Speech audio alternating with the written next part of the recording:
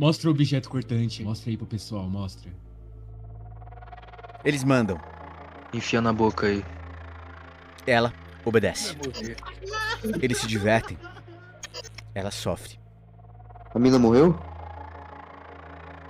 De um lado da transmissão ao vivo, uma menina de 15 anos. O que aconteceu com ela não se sabe. Do outro lado, agressores, alguns adolescentes, aparentemente protegidos pelo anonimato.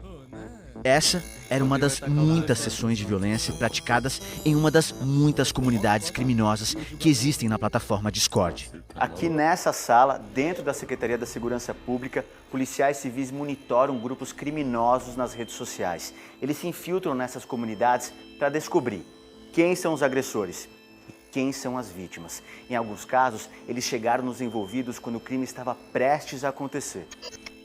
O que aconteceu foi de madrugada, a gente estava infiltrado e conseguimos chegar no endereço da mãe, no telefone da mãe. Como não havia tempo, era muito urgente, eu mesmo peguei o telefone, liguei para a mãe e a mãe não acreditou. Não, minha filha está dormindo, não tem nada de errado aqui na minha casa. E eu disse, tem sim, a senhora vai até o quarto da sua filha não está dormindo, sua filha vai ser vítima de um estupro virtual. O estupro virtual é o ápice, né? O ápice. Que vai escalonando até chegar lá. A vítima é humilhada, é obrigada a tomar água da privada, é obrigada a consumir o desodorante, o aerosol que está ali no banheiro, a cortar o cabelo. A menina fica nua, a vítima, exposta na rede social, muitas vezes, a maioria delas, ao vivo. E dentre as práticas do estupro virtual, tem a prática de automutilação. Mas como uma vítima cai nessa armadilha? Tudo começa com uma proposta de namoro, num chat de espera para entrar num jogo online. Geralmente migram de aplicativo e começam, além da conversa, a primeira troca de nudes. O agressor pega as fotos, pega essas imagens, vídeos e usa para chantagear essa vítima. Ele fica pedindo mais. Os agressores passam a ameaçar, expor esses nudes na escola, na cidade, na igreja, nas redes sociais. E a partir daí a vítima se sente totalmente coagida, né? E ali ela passa a fazer o que o agressor quer. Os agentes trabalham dia e noite infiltrados nas comunidades no Discord e em outras redes, e também recebem denúncias de ativistas. O núcleo existe desde novembro passado. Nós funcionamos como observadores digitais. Hoje nós temos 92 vítimas de violência salvas. São vítimas que foram agraciadas com o poder de polícia, com a intervenção do Estado. Intervenção que pode salvar vidas. Recentemente, nós impedimos um caso de suicídio. Nossa equipe entrou em contato com os familiares. Daí a gente acionou o Corpo de Bombeiros e a Polícia Militar.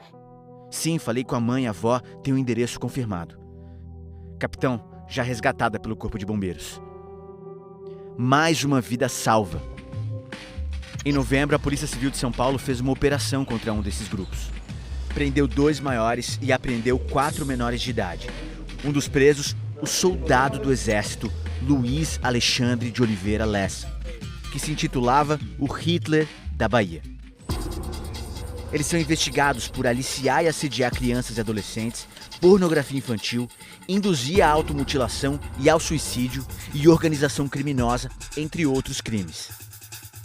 A defesa de Luiz Alexandre nega veementemente as acusações e diz que ele tem total disposição de colaborar com as autoridades. Já o Exército informou que Luiz sofreu diversas punições disciplinares enquanto esteve na corporação e foi excluído em janeiro. Os próprios responsáveis pela plataforma Discord também estão sendo investigados. Em tempo real, uma tortura psicológica. Pedimos para que derrubassem a live, que derrubando a live acabaria com esse crime. Eles negaram uma vez, alegando que não era um caso de gravidade. Eles negaram pela segunda vez. É inadmissível que uma plataforma não colabore com as autoridades policiais para que um crime seja cessado.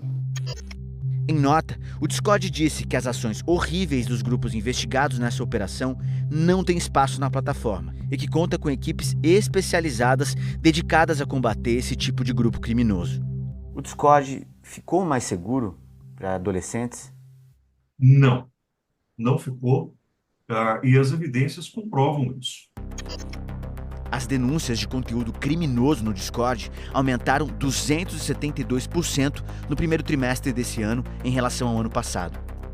Eles evoluíram em alguns pontos, no que diz respeito, por exemplo, à detecção de imagens de abuso sexual infantil, e eles usam algoritmos de detecção automática para detectar e remover esses conteúdos.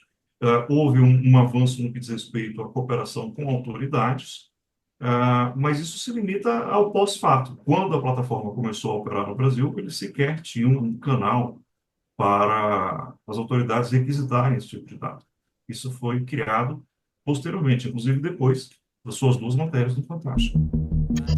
Em 2023, o Fantástico mostrou que crimes como esses estavam sendo praticados no Discord. Ajoelha! Nessas comunidades, adolescentes podem ser radicalizados e incentivados ainda a cometer ataques em escolas. Isso aconteceu em 2023, em Sapopemba, na zona leste de São Paulo, quando a jovem Giovana Bezerra, de 17 anos, foi assassinada. Fatos como esse motivaram autoridades de vários estados brasileiros a se infiltrarem nessas comunidades virtuais. É o caso do Rio Grande do Sul, como mostra a repórter Cristine Galiza. A radicalização para eles dá um sentido e um propósito de vida ou de morte que até então eles não tinham. O alerta vem do procurador que coordena o Núcleo de Prevenção à Violência Extrema, fundado há 1 ano pelo Ministério Público Gaúcho. Esse sujeito vai deixando uma série de rastros, uma série de pegadas, que são sinais que são perceptíveis. Talvez o maior dos sinais para nós é excesso de tela e fica muito quieto. Excesso de tela e começa a ter uma relação conflituosa com a família. Excesso de tela e começa a se isolar no colégio.